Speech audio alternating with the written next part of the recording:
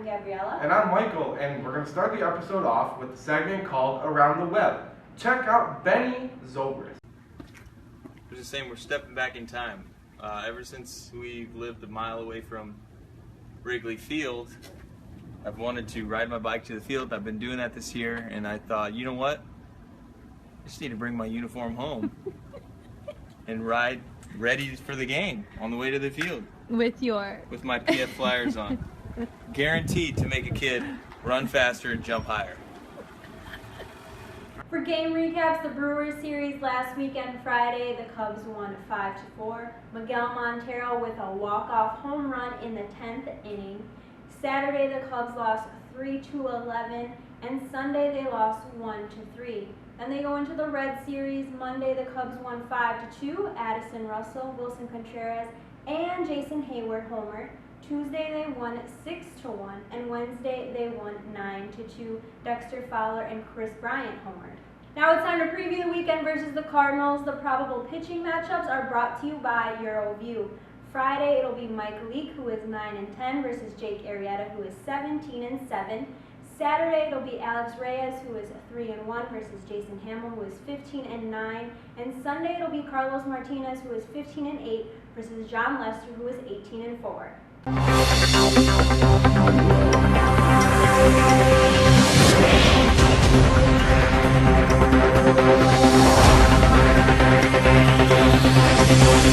For Cubs news, the combination of the Cubs' 6-1 win against the Reds and the Dodgers' 2-0 loss to the Giants on Tuesday night guaranteed that Chicago will finish with one of the top two records in the National League. That in turn means home field advantage in the NL Division Series, with the Cubs hosting Game 1 on October 7th. The Cubs' magic number to clinch home field advantage through the NL Championship Series is 2. It will be business as usual this weekend against the Cardinals, but things might get a little different with the Cubs lineup next week when they hit the road for 7 games to finish the regular season. Looking to capitalize on clinching the National League Central title so early, manager Joe Maddon plans to shake some things up to prepare for the postseason.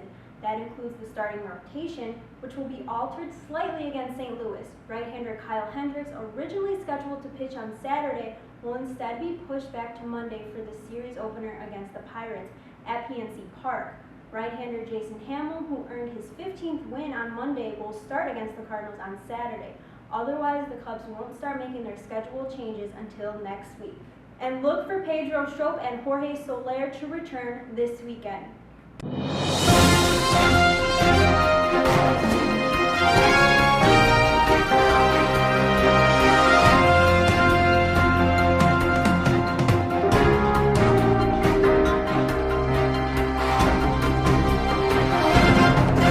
Garside Inside is brought to you by Bygone Brand, and this week's topic is playoff roster spots.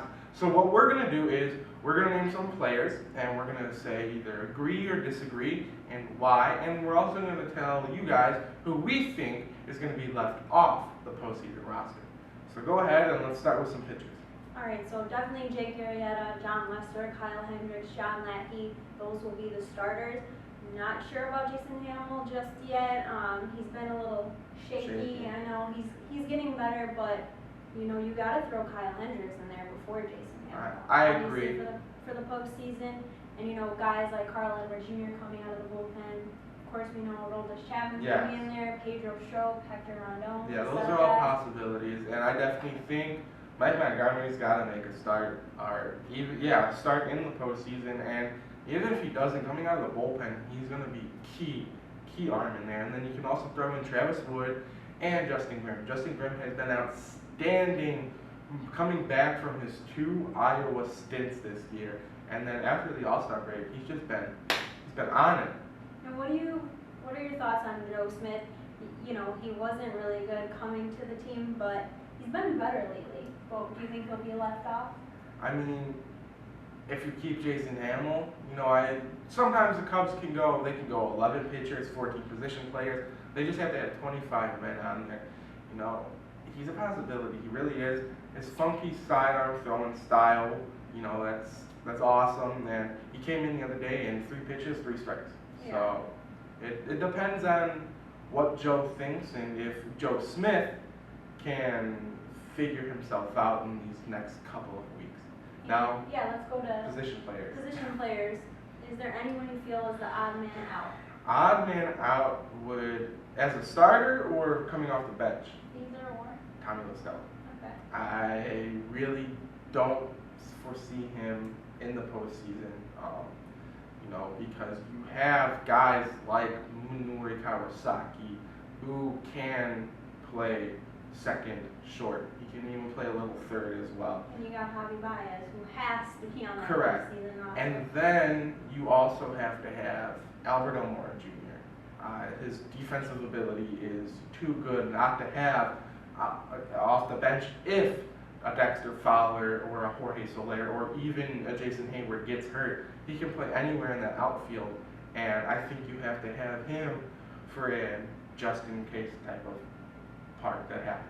Now let's go catchers. Do you think Miguel Montero might be left off the postseason roster, but he's been really good lately? I don't think so. I think Joe Madden realizes that, hey, I have three great catchers in Wilson Contreras, David Ross, and Miguel Montero, and each of those three catchers can catch every pitcher except for John Lester. Yeah. And there you have to have Rossi, and you have to have Wilson because of not only his ability as a catcher, but his speed for a catcher and his ability to play anywhere on the diamond and in the outfield. And Miguel Montero has better rapport with Jake Gabriella. Yeah, but we've seen Wilson Contreras catch a lot of the starters already, and I think that was just preparing him, for the playoffs. I think he's going to be your number one catcher. He really will be. But if something happens, then you have Miguel Montero, who's been with the team, knows these pitchers, and you also have David Ross, who can, in some cases, go back-to-back days to catch. So it just kind of depends on the what-ifs, really. Plus, you can't leave David Ross off the playoff roster in his last year of his career. But let us know what you guys think on the playoff roster spots. Do you think anyone will be left out? Who should be in? Just give us your opinions on our Twitter, @Northside Manor. And now it's time for Around the League news, and we're talking New York Mets. Mets pitcher Steven Matz, who is recovering from a left shoulder injury, will not start Friday as originally scheduled. General Manager Sandy Alderson announced Thursday that Matz experienced shoulder soreness following Wednesday's bullpen session at Citi Field. Matz is 9-8 with a 3.40 ERA, and he has not pitched since August 14th. According to manager Terry Collins, Matz's latest setback means he is unlikely to be a part of the team's postseason rotation. The Pirates have acquired veteran left-hander Phil Koch in a minor league deal with the Yankees for cash consideration, the team announced Thursday. For this week's poll results, we asked you, who would you rather see the Cubs face in the NLDS? The Giants, Mets, or Cardinals? 30% said Giants, 30% said Mets, and 40% said Cardinals. Michael, what are you feeling on that? I voted Cardinals. I just think that the Cubs, they've had it out for them all year long.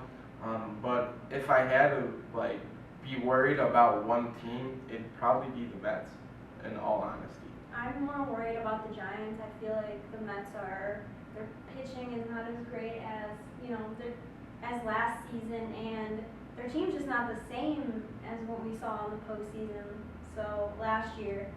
But I'm hoping Cardinals. Okay.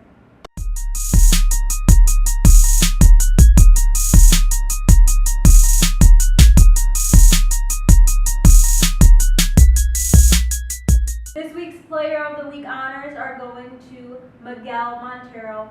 What a week. Well, actually the last 2 weeks he's had a walk-off home run to celebrate the Cubs clinching the division last Friday, and he's just had a great week. Yes, he really has. He's come out of his shell, and he was quoted saying that he thought that he was going to be released earlier in the year, but Miguel Montero's been tearing it up at the right time. Bonds to today.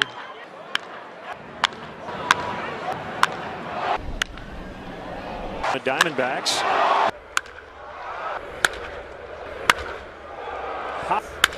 Coggin Swing runs on the 3-2 and a fly ball hit to deep left. Bradley looks up. That ball is gone. A home run. If you played any sport from Little League to college, there's always that one fan in the stands that screams your name louder than everyone else, and that's usually your mom. Well, my Home Run of the Week honors goes to Orioles Trey Mancini, who launched his first ever home run in his MLB debut. And take a look at his mom in this video. She's so pumped. That one in the air, left center field, it is deep, and goodbye, home run! Trey Mancini, his first major league hit, his mom Beth getting to see it. He'll round the bases faster than anyone this year who has hit a home run. Numero uno. Before we go, we just want to remind you to make sure you go to our website, northsidemanor.com, to check out all the articles both our writers have posted this week, and they're both named Connor, so check out both Connor's articles. That's going to do it from this episode of Northside Manor. I'm Michael. I'm Gabriella. And go Cubs.